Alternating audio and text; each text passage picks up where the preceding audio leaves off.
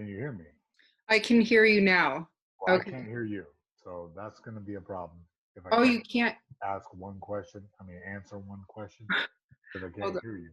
Just a Well, minute. wait. Hold on. Um, Oh, there we go. Ooh, I had you on mute. I got to tell you you, had me on mute. I'm sorry, but the effect, was very similar to what I'm having right now. Maybe once you're smart and start talking, I'll have a different reaction. But as it stands right now, I was flabbergasted, looking ravishing as always, even on quarantine. Mrs. Yee, Ms. Yee. Well, thank you. Always great to talk to you. Guess what? You are actually my first ever quarantine interview. First interview Welcome, for Isaac. welcome to the new normal, Helen Yee. I thought it was strange when we started doing MMA roasted with Adam Hunter on Zoom, but like now I realize that this is the new normal. This is what they wanted us all the time to do. And guess what? I mean, eventually, I think there's going to be ad breaks on Zoom. So just get used to it now, folks. Get happy about it right now because this is the new normal for now. Well, speaking of the new normal, I was on MMA Roasted. Thank you for the invite, and I Listen, really enjoyed it. oh my goodness, I can't believe you said that. I had a feeling when you came on, I didn't think you could handle our group of weirdos on MMA Roasted because, you're a professional journalist and we're more of like kind of a grab ass boys club if I want to put a little easy label on it. And you just took it like a champ. Like, I just can't believe that you hung out in that locker room. I mean, I thought you were going to grab somebody by the. Say no more, fam. Yeah, but no, it was really fun. And look, I mean, I grew up quote unquote weird, so Yeah, weird yeah. is normal to me. Well, I mean, we are the number one weird MMA podcast that's going on right now. It's really weird the heat that we're catching. And, we got like fantastic guests. Michael Bisping came on, Chael Sonnen. Like, we just have like just a nonstop plethora. And today we did a press conference for two I mean, I don't want to call them ghetto, but just ghetto bitches. Like they want to fight. And it seems like we're putting it together. So we're really Wait, turning the MMA world on its head. who wants to fight? Sheena Starr and Allison Gambino. I know. We can't stop the fights from happening, even though we're supposed to stand 6 feet away.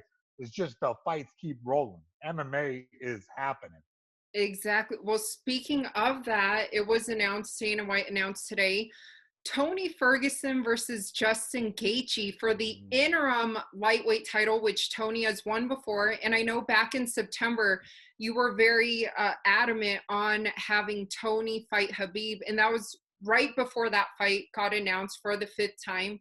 And unfortunately, things fell through within the last week. So what are your thoughts? That was the thing. It popped off like right while we were recording the podcast that news came down.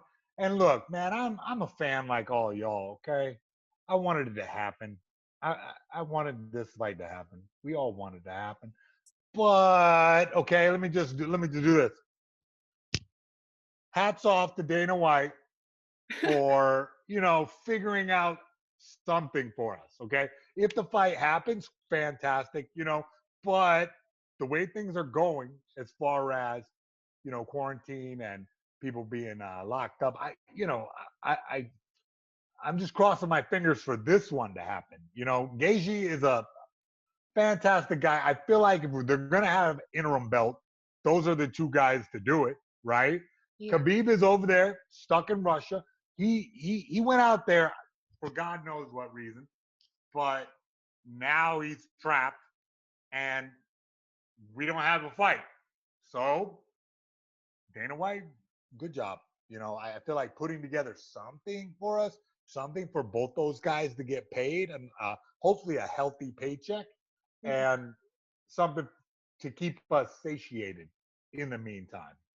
Very true. But a lot of people are saying, obviously, Justin Gaethje, a very dangerous fighter for Tony Ferguson. And, kind of like what would Tony gain from a fight with Justin Gaethje. What do you think about that and about Tony taking this fight? Look, the fight sport is riddled with paydays, and they can happen every which way. I feel like this is a solid fight. I'd like to talk to Gaethje and see what he thinks, because he just got, like, dropped out of high school straight to the pros, kind of, right? He just bumped up. He bumped up considerably, and he's really getting a gift here to showcase who he really is. Now, the argument is that he's just kind of one-sided. He has a go forward button and overhand right and a left hook and some kicks and knees a little bit, but this is a big test for him. To see that he can step up with somebody who can wrestle, who can strike, who can do jiu-jitsu like no one else in the division. It's a huge test for him, and I feel like okay, you know what? I accept this kicking the balls, because it's not Khabib. We wanted Ferguson Khabib. We all wanted Ferguson Khabib. We've been talking about it for at least a minute and a half. So, Gaethje better step up that night. I want to see a good fight. That's all. But also, I mean, you were mentioning Gaethje's skill set, or what a lot of people, talk about him. What about his wrestling? I mean, I feel like he's also a great wrestler, and that is, Well, he's done what so many fighters in the UFC have done, because, I mean, they kind of want you to get rid of your wrestling and stand and bang. I feel like really wrestling might be the equalizer. Whoever can dictate where the fight, happens. If it's counter wrestling from Gaethje and he turned it to a slugfest, which, I expect him to do, that would be one way that the fight could go. If he gets tired, shoots a takedown, he could get caught. It's one of those things that at first, when the news first broke, I was kind of bummed. Kind of took the air out of MMA Roasted for a minute, because I had to go oh, what? And I had to have that fanboy sadness that I've been talking about Ferguson Khabib for a minute and two halves now. But look, that's something to talk about later, I guess, because the powers that be put Gaethje in there, and we're gonna see a Gaethje Ferguson fight. But do you think, regardless, I mean, that this fight could jeopardize that Tony versus Khabib fight, whether even if Tony wins, I mean, he'll probably, take a lot of damage in this fight. Yeah, absolutely. That's the risk that, mixed martial artists take. It's a very real sport, and the reality is that every fight takes some could take some years off your life. That's the reality. And yeah, he could take some damage in this fight, but that's what he gets paid for. That's his risk that he takes. And I don't know. I think that he could play it smart and come out of there unscathed. Gaethje, while he's a dominant wrestler and has power in both hands, I feel like might not be that well tested on the ground. So I feel like that's the arena that Tony has the advantage in. But, man, this is a beautiful sport, because you never know what's going to happen. Exactly. But if you were in Tony's shoes, would you have taken this fight? Yeah. I mean, look, Tony will fight anybody. I don't think that his weight class, I feel like he's one of the biggest, toughest dudes in that weight class. And he's at the top, he's at the top of the conversation for a reason. It's not like he's just, got lucky a couple times. Just he has, hard head, very durable, very good cardiovascular output, jiu-jitsu's top of the heap for the weight division. So, yeah, I would say that probably Tony would duck nobody. But who's your pick for this fight? What's your prediction? I kind of have given it, right? Because I keep being racist for the jiu-jitsu guy a little bit. You know what I'm saying? Gaethje has what it takes, but this is a big test for him to jump up like this. The guys that he fought before, take nothing from them. They're all fantastic. But I just think style-wise, I feel like there's a slight edge to Tony Ferguson. And after this fight, if Tony wins, do you think that Tony versus Khabib for the sixth time will happen in 2020? Maybe 6 is the lucky number. Who knows? But the bigger story here is that the division is like getting deeper because now Gaethje's in the conversation, and win or lose, and maybe win, yeah. Gaethje can like showcase who he is to a broader audience because we all have been eyeballing Tony's Instagram with him doing weird stuff, and I don't even have an Instagram correctly. So I know all about that, and I guess the casual fan would know that too. So again, I really, the UFC brass kind of did their job this time in giving us something to talk about in this coronavirus nightmare that we're all stuck in. Wait, so you're not on Instagram? Those accounts are fake? There's so many fake Mayhem accounts that I just can't keep track of them. And even like, I think my hacker got verified recently. I don't know how that works. I don't know. I wish I just had like, hey, Mark Zuckerberg, how about giving my Instagram account back? Okay, somebody's got it, but what am I gonna do? Damn, change your password. You have to put like. Oh, thanks for that tip. Oh, should I click forgot password? Oh, okay. Should I go in the roundabout, ass backwards maze that is the Instagram help center to try to get my Instagram back? Okay, thank you, Helen. You're a very bright lady. Hey, I appreciate the sarcasm, but but also a lot of people now are guessing or trying to guess, where do you think the fight will take place? Listen, I've got all my money on a pleasure yacht out in the Gulf of Mexico. I mean, that's where I would have it personally, and I'm working on that. Maybe, but I'm starting small. I'm trying to get a riverboat, right? And then everybody gets on the riverboat, right? I'll have Tony and Khabib on the same riverboat in Russia, and we'll go, up the Euphrates. But speaking of Khabib again, you know how this fight is for the interim title? Do you think that they should be fighting for an interim title? Yeah, I don't know why not.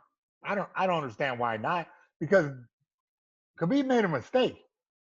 If he was in America and training here like I thought he was, okay, he went back to Russia. Now Russia, okay, they're, I'll just say, kind of draconian, because I've had fighters fight in Russia before, and I had to give like my entire medical history to them, and they're very like, say what you want about them, but they don't want a pandemic in their country, and I don't know the numbers in Russia, but I'm sure it's low because they won't let you in if you're sick, and that's not very American, but I mean it certainly will keep the bed bugs from biting at night. But I do know you're on Twitter, obviously, and so, I know one of my favorite Twitter accounts, but a few other fighters that have been kind of going back and forth on Twitter: Colby, Covington, Tyron, Woodley. Oh God. Yeah, what do you think about? Wait. Read a couple of tweets from them because I haven't been keeping up with this. I think I'm behind the times. I'm sorry. Phone. All right. Let me see. Okay. Because Colby is always popping off. Let's just talk about that. It's just this man is a constant damn soundbite machine. All right. And Twitter, he's got his Twitter game pretty tight.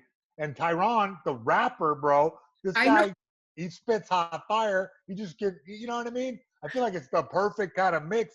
That's something for us to get excited about, right? I feel like that's a nice one. Make America great again versus, Black Lives Matter. Do you like his rapping? I feel like it's not as polished as his fighting, but it has something about it. He's got a je ne sais quoi. He's got a what? I don't know. It's something I read. Okay, so I'm scrolling through his timeline. I mean, basically, because there's a lot going on here, though. What's the gist? What's the gist of this? Because, of course, these guys are diametrically opposed. I mean, I can't think of two guys that are opposite ends of the political spectrum. One's from, like, Ferguson, Missouri, Mhm. and the other is like, uh, uh, uh, just a hardcore Trumper. So that has like this element of intrigue to me that Yeah. I feel like can speak to the broader audience. Well, basically, it was like Colby went on Twitter, called out Woodley to Hmm. fight because Colby said, quote, word on the street is Leon Scott is out. Leon Edwards, of course. Oh yeah. The UFC and America need a hero who wants to see America's champ put the MAGA cape on and beat the F out of Tyron Woodley live on ESPN next week for your entertainment and my personal pleasure. Oh my goodness. Yeah, and then basically Woodley responds and he said he wants clout. Yeah. What what So it, basically fans, let me see. what do you mean clout? What do you mean clout? No, I, I'm reading what he said on his Twitter. I mean, oh, basically it's like, probably who signed, who didn't sign. It's just a lot of unknowns. And then Woodley said, just wanted you guys to know I'm in for UFC 249, gave my management team executive permission to make it happen. I'm training like a machine and ready hmm. to walk through someone. UFC, what's the word? Colby in or not? Are you guys going to Oh, pull the trigger on this? It's you too. know, I just realized that this is like almost old news to MMA Roasted because on MMA Roasted we had Tyron Woodley and he like addressed this, but I didn't realize the whole backstory to this. I didn't understand, yeah, that this is going. I mean, is it going down though? I don't think so. Like I haven't heard anybody sign a contract. And if I remember correctly, Woodley told me on MMA Roasted that this is kind of a attention grab for Colby because Colby isn't making the headlines like he normally is, Mhm. and so he just decided to pop off at Woodley just to get something stirred up. And well, good job because I'm talking about it. So that's a fight that definitely interests me. Like I said, I'll put him out on the riverboat and we'll go to the Gulf of Mexico. I'd like to see that. You'll have the world's most popular riverboat. That damn right. Hey, listen, that's the way we do it, baby. But what about, speaking of the welterweight division, Jorge Masvidal, Hmm. Kamaru Usman? Uh, What do you think about that fight when it did well, happen? man, when it develops, finally, it's about time, sort of, right? Like, Mhm. look, Masvidal is like the hottest name in the game right now. Just in a way, he's just got some kind of vibe about him that everyone won't stop talking about him. And Usman obviously put on pretty damn dominant performance for Colby. So that's the fight I think that we should be looking forward to right there. When is it going to get signed? I don't know. Are both guys healthy? I hope they're healthy, and I hope they can get through this coronavirus without getting coughed in the face. So yeah, it's going to be an interesting time as this pandemic wanes, and I hope it wanes. Stay safe, everybody. Wash your damn hands. Yeah. Don't it, it's a very strange moment in America because we were all kind of trapped on Zoom. We're all kind of waiting for the next big thing, right? And all this hype is really getting me back into the sport since we can't do it. I'm going from a casual observer to like right back playing the game because this is MMA. Like let's make it happen. I don't care if it's the Sheik's pleasure yacht, my river boat, okay, or we just do it in the middle of a field with robots filming the whole damn thing. I want some fights. Hey, I completely understand where you're coming I know. from and agree with you. But lastly, about that fight though, who do you think would win? Jorge Hmm. Usman? Look, I think. Look, as much as I love Masvidal, his style, his kickboxing, he's going to have to fight a super disciplined fight to not get dragged into a takedown match. Yeah. Okay, because I think that Usman is one of the like more calm, smarter fighters. He saves his energy. The Colby fight was not indicative of Usman's normal style. Yeah. Yeah, because I know why. Because Colby was smart. Colby was real smart. He dragged him into this like street fight instead of Usman's normal measured tempo, control the pace, get the takedown with a minute left and ground the guy out. No. Colby made him fight kind of this wild street fight, and you know it kind of blueprinted it for a guy like Masvidal, because Masvidal he has the kickboxing skills and boxing especially to make this like like 10-8 rounds if it turned into a boxing match, in my opinion.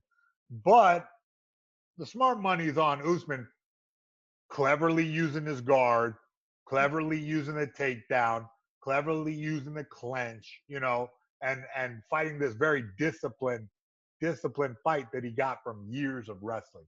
And being an elite wrestler like that, it really teaches you how to focus under fire.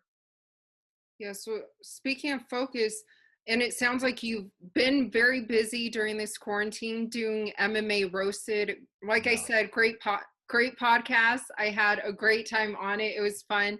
Interesting topics that I normally don't talk about. No, don't even mention what we talked about with you. It got dirty. I don't think I'm sorry again because we tried to keep it under wraps, but the weirdos that we have on the show, myself included, like we just couldn't keep our perversion in.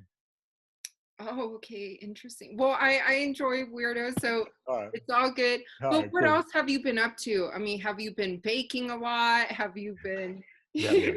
I wish. I've been coaching guys at Mayhem Martial Arts. The thing is that mayhemmartialarts.com, I've got a lot of guys like kind of video conferencing and doing technique and kind of working on total game plan, since we have no like face to face, like this is the new normal. And my website is going really well, but the strange thing is that if you coach somebody face to face in public, everyone is terrified. It's really weird. The Like right now, right? Yes, like I've coached guys privately, and I feel like a leper. Like people are looking out their window and like, you know what I mean, calling security. Like I'm very like, yes, it's But just where are you coaching them? Like in a park. In a park. I know. And it's like one of those things, everything's shut down, but I'm quarantined with my people. So I feel like I'm not, making the spike, getting the hump to go up if I keep my circle really tight. But I understand the fear. You flip on the news, you watch CNN, you'll be real scared of everyone. And people walking their dogs, anxious, and I feel that tension all over America. I feel you guys, but I feel like if you keep your circle tight, I feel like there's a possibility that we'll get through this, that they can contain this pandemic. We're not all going to die. All right. We're not all going to get it. All right. And we're going to be okay. We're going to be okay, America. But when do you think there will be more of a sense of normalcy? That's the crazy question. I hopefully, they say that they're extending this to the end of the month. And I feel like heavily populated areas like New York might stay a little longer, on a kind of a quarantine. But I believe that there's certain, they'll be able to like settle down in April. I feel like once we kind of,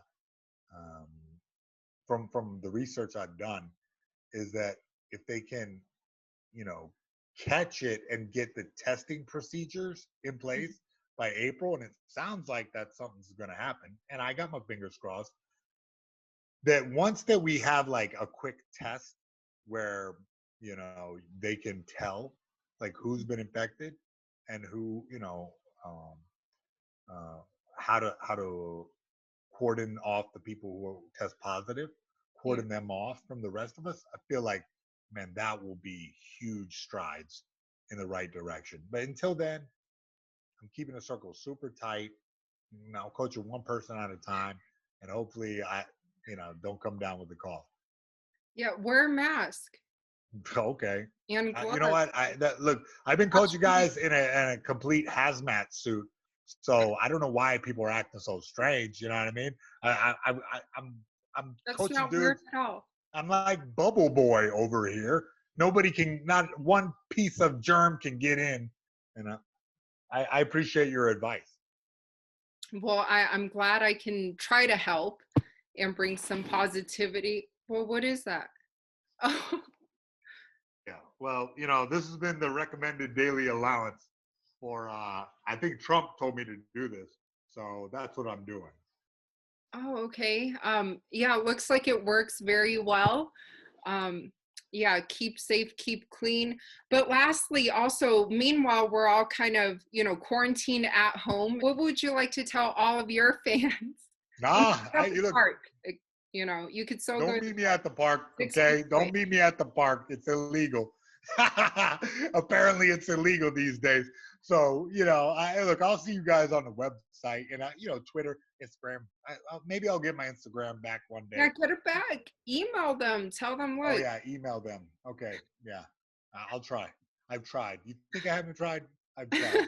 All right. It's not as easy as you think. No, or you message the person who hacked your account. Oh yeah, who? Tom from MySpace? Yeah. Okay, I'll hit him up. I'll hit him up this afternoon. Yeah. Thank you very much. Yeah, I hear he's available 5 to 7 p.m. Pacific time. Oh, you would know. God bless you, Yeah. Helen Yee. You're living my fantasy. Well, thank you as always. Great to catch up. I know we were supposed to do this interview before the quarantine happened, so. I know.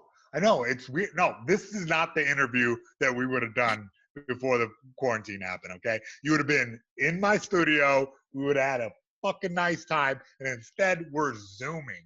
Okay, Zoomer. Well, better than nothing, right? And then once this is all over, we'll definitely do, interviews. I'll be in California soon. Yes! Please come back to normal life. I miss Please. it too.